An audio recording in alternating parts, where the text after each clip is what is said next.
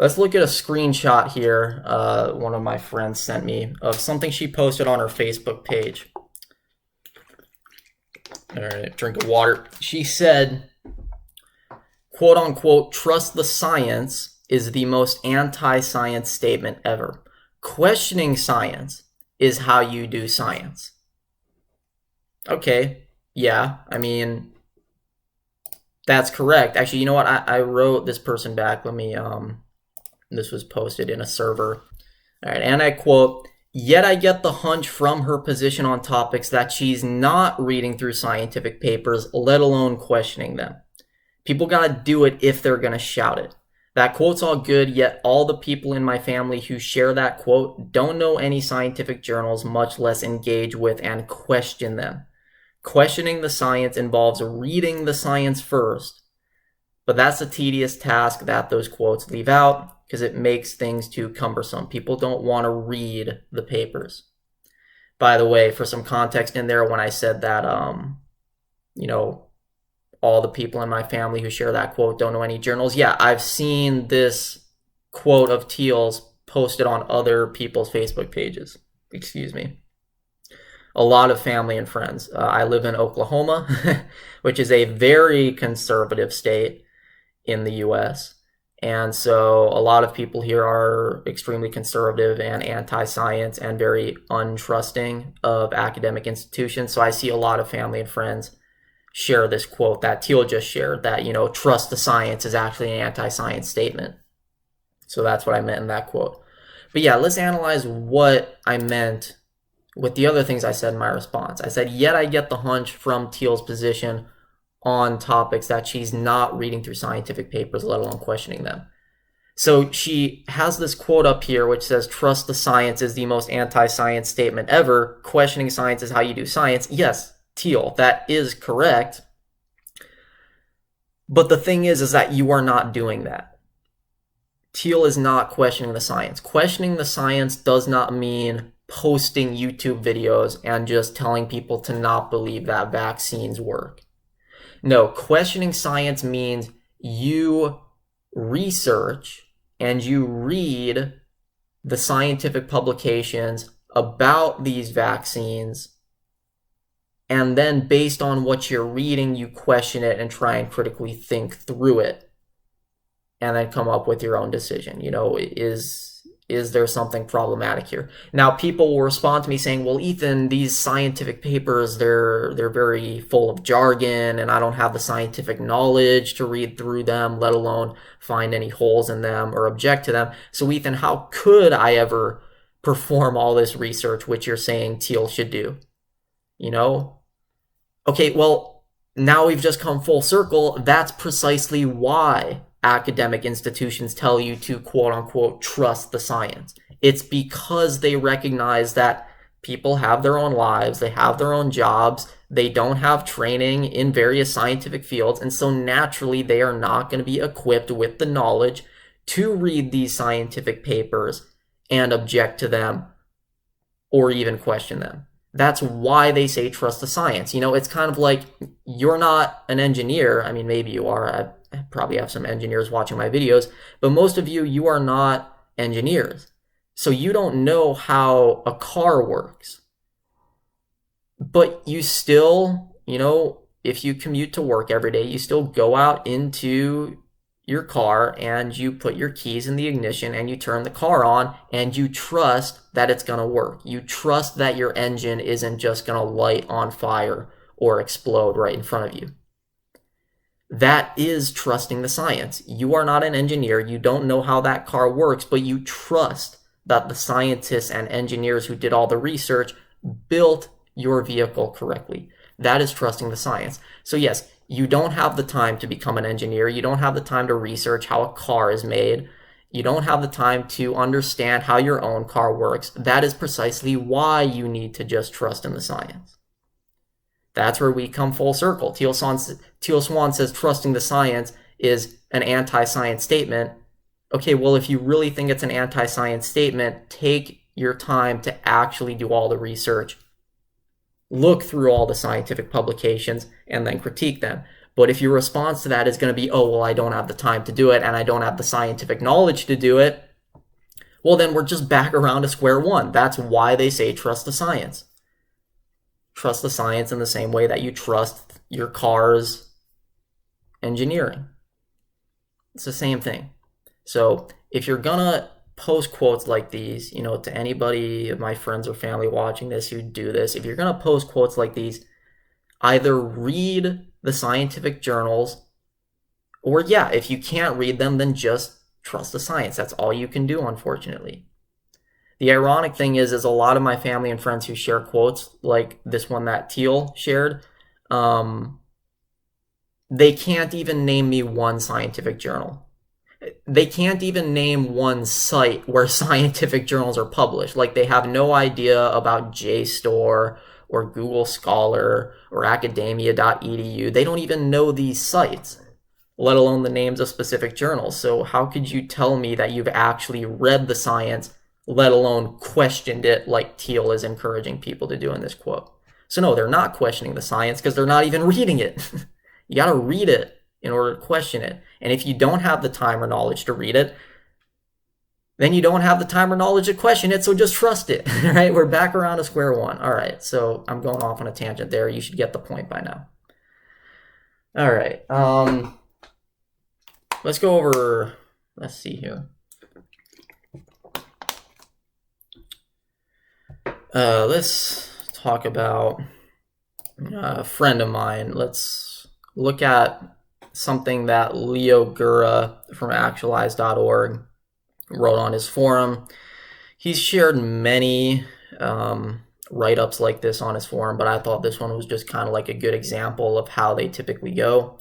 So I'm going to critique this one specifically, but really what I'm going to bring up here applies to a lot of the things he writes. Now, you know what? A note on this before I start. Even though I'm critiquing a lot of these spiritual teachers, what you have to remember is that they still have their own value. So like Deepak Chopra, he's like an advanced meditator. Okay, so he doesn't understand quantum physics. His metaphysics is poor quality, but he's still a very advanced meditator. He knows meditative practices. So if you want somebody who's an expert who can tell you the best ways to meditate, or not just meditate, but, you know, utilize various other spiritual practices, go to Deepak Chopra. Like, I admit myself, I do not have advanced meditative practices. I don't meditate. So if you came to me and said, hey, Ethan, should I get meditative practices from you or Deepak? I would say go to Deepak. He has the higher expertise there. In fact, it's not just that he has the higher expertise, it's that he has expertise and I don't. Like, literally, I cannot share meditative practices. I can try, and I have tried with some of you. Fortunately, some of you have found them to be useful, but I still don't consider myself an expert. I think he's an expert. Same thing with Thiel. Okay, Thiel doesn't understand science. She gets a lot of her ideas about society and vaccination, gets all that wrong, but a lot of people like listening to her. They feel that their feelings and emotions and, you know, troubles are validated by her, and she kind of sees them, right? They feel seen, and that a lot of the practices she provides help them overcome some of that stuff. Okay, great. That's where she's an expert. But that does not mean she's an expert with regards to scientific subjects like sociology or vaccination. She's not. This is a problem I notice in the spiritual community and really the wider self-help community in general, is that everybody's trying to be an expert in everything. Thiel thinks she's like an expert commentator on every subject. Deepak thinks he's like an expert commentator on every subject. What happened to just picking your expertise and sticking with it? Right? Again, I'm not an expert in meditation. I am not an expert in chemistry. I am not an expert in how vaccinations work or what the dynamics of society are like, right? I'm not a sociological expert. That's why I don't claim to be. My expertise is all the weird Zen metaphysics that I go over with like anythingness and all of that. That's my expertise, is very abstract metaphysics. But I am not an expert in physics or chemistry or all that. So I don't claim to be. But if I were like Teal Swan or Deepak Chopra, if I were to like mimic them, I would try to be somebody who claims to be an expert in all these areas, because that's essentially what they're doing, and I think it's wrong. Pick your niche, pick your expertise, stick to it. Okay, Leo, I'm going to be honest, he's a very bad example of this. He really, really tries to pull this sort of jack of all trades facade. But let me say something about him first. Because again, okay, Deepak, he's got his areas of expertise. Teal, she has her areas of expertise. Leo, like, he's got like 2 or 3 areas of not just expertise, but I'm going to be honest with you, world-class expertise. First example, politics. His videos on conscious politics, if you haven't watched those, watch them. Probably like the most advanced take on politics I've ever seen. Now, granted, I haven't researched politics very heavily. I haven't dialed in on it too much either. So maybe there's others out there which are more advanced, but from what I've seen, it's up in the stratosphere compared to others. I think his understanding of politics is world-class. I would say he's an expert in that. Do you know how rare it is to have world-class expertise in anything? Extremely, extremely rare. Most people, not even just most people, virtually all people will go through their entire lives and never have world-class expertise in anything. So for Leo to have world-class expertise in politics, he should consider himself very lucky. He should be very grateful. But it doesn't stop there, because he doesn't just have world-class expertise in that field of study. He's also very advanced when it comes to spiritual practices like meditation, like psychedelics, like post-trip integration. Again, he's world-class. Honestly, he's probably like the most advanced psychonaut in the world. And by psychonaut, I don't just mean like somebody who takes psychedelics. No, I mean like psychonaut as in he's literally an explorer of consciousness, right? Like an astronaut is an explorer of space, a psychonaut is an explorer of consciousness. I would consider Leo to be one of the top, if not the top psychonauts in the world. He literally has the most advanced exploration of consciousness. That's world-class. So he's world-class in politics, he's world-class in psychonautica. God, I would even say, honestly, I don't think his metaphysics is world-class. A lot of people would not like me for saying that, but I find a lot of critiques with his metaphysics. I'll go over that here. But yeah, he's got another area. What is it? Business. That's what I was thinking. He's like an independently wealthy millionaire. Almost nobody is able to accomplish that. You've got to be very, very, very advanced in your understanding of business to be able to pull that off. So he's world-class not just in one area, but 3. Again, remember how rare. It is almost non-existently rare to be world-class in just one field of study. He is world-class in 3. He's already pulling more than his own weight. Why does he need to try and put up this facade of being like this jack of all trades? Like, oh, he also understands metaphysics. He also understands science better than scientists do, or he understands society better than sociologists do. Like, no, he doesn't need this. He doesn't need to do it. He already has so much. So cut off the fat. You don't need it. All right, with that said, let's look over what exactly he doesn't need. Let's read through this quote. All right.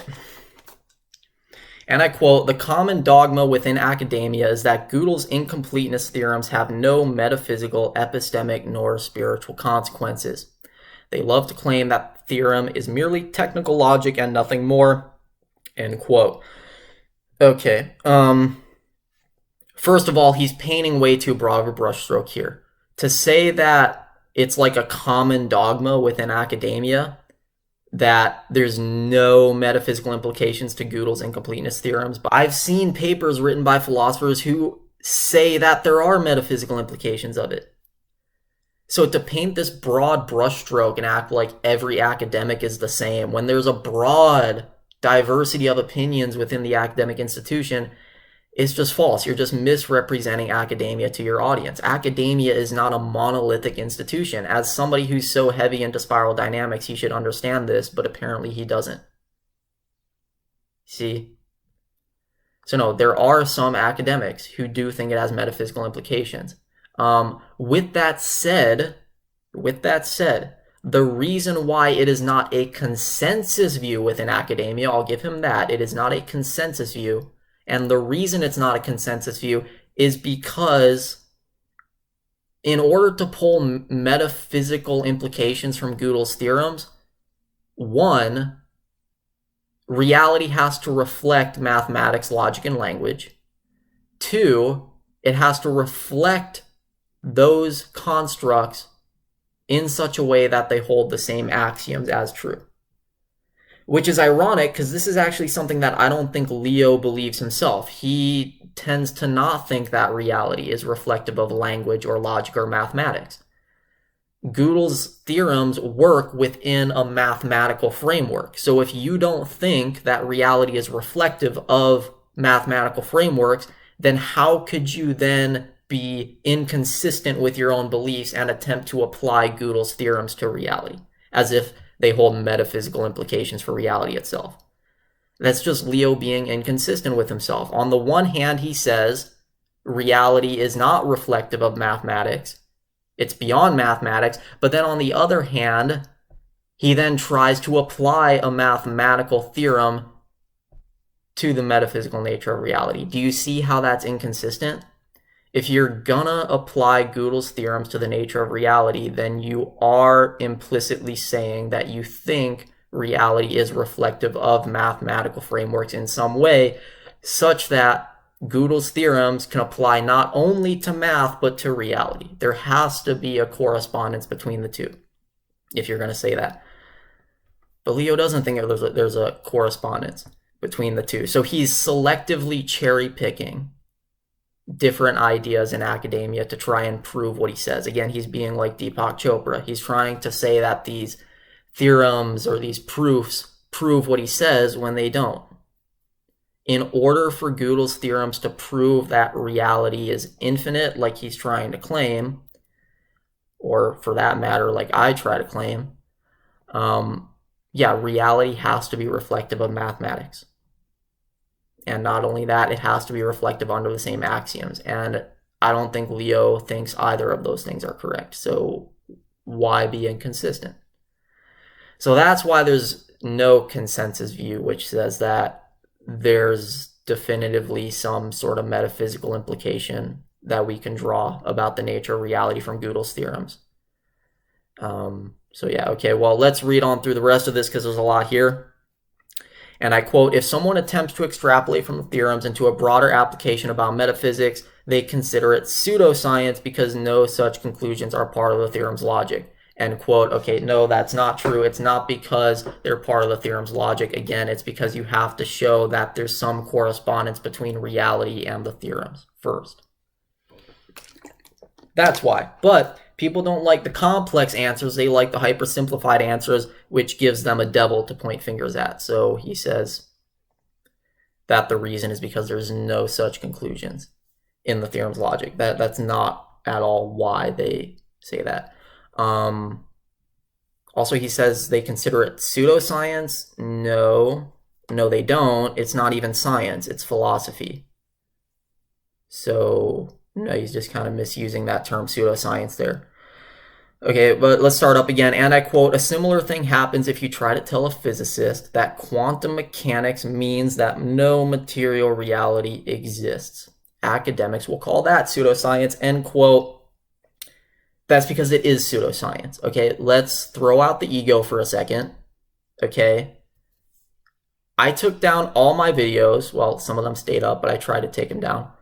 Took down or tried to take down all my videos where I misdialed in and I spread pseudoscientific information. That's a beating to the chest. To take down all your videos, that's a blow to anybody's ego. Okay? So yes, I understand it's hard to admit that you're taking up a pseudoscientific view, but let's throw the ego aside. It is. It is. Again, yes, as I said earlier with Deepak Chopra, the interpretation of quantum mechanics which holds that consciousness is fundamental, it could be correct. It's when you try to claim that it's proven to be correct. That's when you are falsely misrepresenting science. That's when you are therefore making a false scientific claim. False science is pseudoscience. Pseudo literally just means false. So if you are misrepresenting science, you are presenting false science, you are doing pseudoscience. So yes, by definition, what Leo's saying here is pseudoscience. He's trying to claim that quantum mechanics has disproven materialism. It hasn't. It's neither proven nor disproven it. Again, that's the open-minded view. To just say flat line straight off the bat that it's proven materialism incorrect, that's the dogmatic closed-minded view. A more open-minded view is to say, well, it's neither been proven nor disproven. It could be materialistic, could be non-materialistic. You see? That's more open. That's healthier. All right, but let's read through again. And I quote, understanding the implications of Gödel's incompleteness theorems requires serious original intellectual effort. It is not something you just read in a logic textbook. My work on understanding the theorem is quite original, so don't expect some academic to approve of it, end quote. Okay, again, before I say this, he has 3 areas of world-class expertise. He doesn't need this, but let me just say this real quick. No, it's not original. It's not. He likes to claim that a lot of his ideas are original. I've literally read papers about it. No, it's not original. There are people who have tried to claim the same implications of Gödel's theorems as he has. And he'll say, oh, well, they didn't take a psychedelic. They didn't, explore consciousness. They didn't come to the conclusions through direct experience like I did. That's just a coping mechanism. They still came to the same conclusions. It doesn't matter how they got there. Again, if you're going to claim that only one approach is valid, you're the closed-minded one. If they got to the conclusions, they got to them somehow. You can't just say, well, they didn't get to it through direct experience, therefore they didn't really get there. Okay, what? So, somebody only has to approach it your way? See, Leo's another proponent of spiral dynamics. Isn't that stage blue to say that somebody has to do it your way? Otherwise, it's false. Yeah, I don't know. Again, though, I don't really regard spiral dynamics as very valid anymore. Just looking at it through that framework specifically. But yeah, no, his work on the theorem is not original at all. There's other people who have actually taken his own original idea further, people who have actually tried to demonstrate that reality is reflective of the theorem, and therefore that's why it's true. He has not done that. He would consider that 2-stage orange, and it would be a waste of his time. So he would never write a paper like that, which again, that's closed-minded, but whatever. All right, and I quote, the academics who defend the theorem from quote-unquote pseudoscience do not have sufficient metaphysical nor epistemic depth to understand what is being said, end quote. No, Leo, you don't understand what's being said. Okay, again, let's look at the 3 areas where he's world-class. Politics, exploration of consciousness, and business. Many people would consider him world-class in metaphysics. If you actually read some philosophical papers on academia.edu, no, there's many far more advanced types of metaphysics out there. I mean, look at how radical and bizarre my metaphysics is, right? Leo's metaphysics is that reality is infinite consciousness. My metaphysics is really, really bizarre in comparison. I'm saying, okay, yes, there is infinite consciousness, but there's also unconsciousness and things that are both consciousness both consciousness and unconsciousness, and neither consciousness nor unconsciousness, or some 5th thing that's sort of inexpressible and ineffable, and some 6th thing or 7th, and you just go on and on infinitely. Leo would claim, oh, well, that's because you're using a relative definition of consciousness. If you used an absolute definition of consciousness, then those things which you're calling unconsciousness, you would actually just include them in your definition of consciousness. Okay, no, that's incorrect. That would be a misrepresentation of what I'm saying. What I'm saying is that there's many definitions of consciousness, and it does not matter how broad your definition of consciousness is. Absolute infinity is going to break beyond your definition of consciousness, no matter how far it goes, and it's going to include things that are unconscious, even by your own definition. So Leo likes to claim that his definition of consciousness is so broad that it would just include anything and everything that somebody would term as unconsciousness. No. First off, let's look at it this way. If reality is absolutely infinite, there's definitions of consciousness infinitely broader than his. Okay, so like, Leo's definition of consciousness will say, like, analogously, it's like this broad.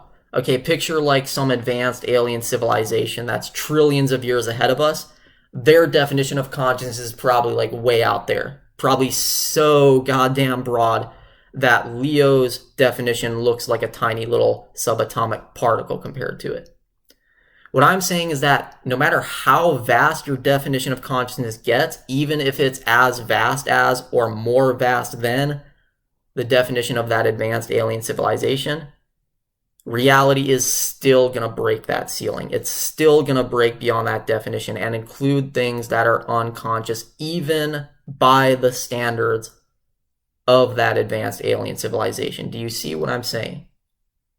It's almost like if we put up a chart and tried to, like mark different people's definitions of consciousness, right? So like Leo's is this broad, and then there's this alien civilization. They have a definition which is more broad and inclusive, and then there's another definition which is far more broad and inclusive than that. It's like no matter how far up we peg these definitions, no matter how broad and all-inclusive they get, absolute infinity is absolutely boundless. It's going to be able to break beyond that chart no matter how far up your definition is.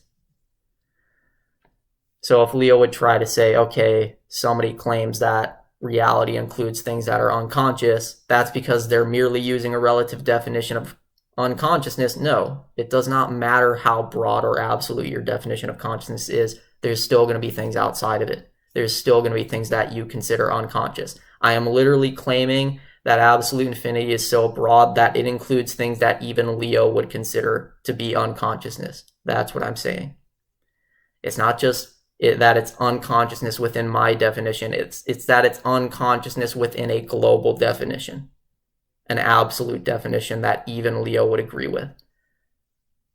That has to be true, right? If absolute infinity is absolutely boundless, it has to be able to break that far off. So it has to be able to break whatever ceiling Leo's definition has. Even if it's infinite and has no ceiling, it doesn't matter. It still has to be so boundless that it breaks through that non-ceiling and finds things beyond it, finds things that even Leo would consider unconscious. See, that's a very bizarre idea that I've just described to you in that rant. I've also read philosophy papers which share ideas which are far crazier and more radical than Leo's ideas. So for Leo to claim that his metaphysics is like super radical or super advanced and that therefore academics don't understand what's being said because it's so radical, no, that's a coping mechanism. It's just, I'm sorry, it's not the case. And that shouldn't be a problem. Leo already has 3 areas in which he's world class.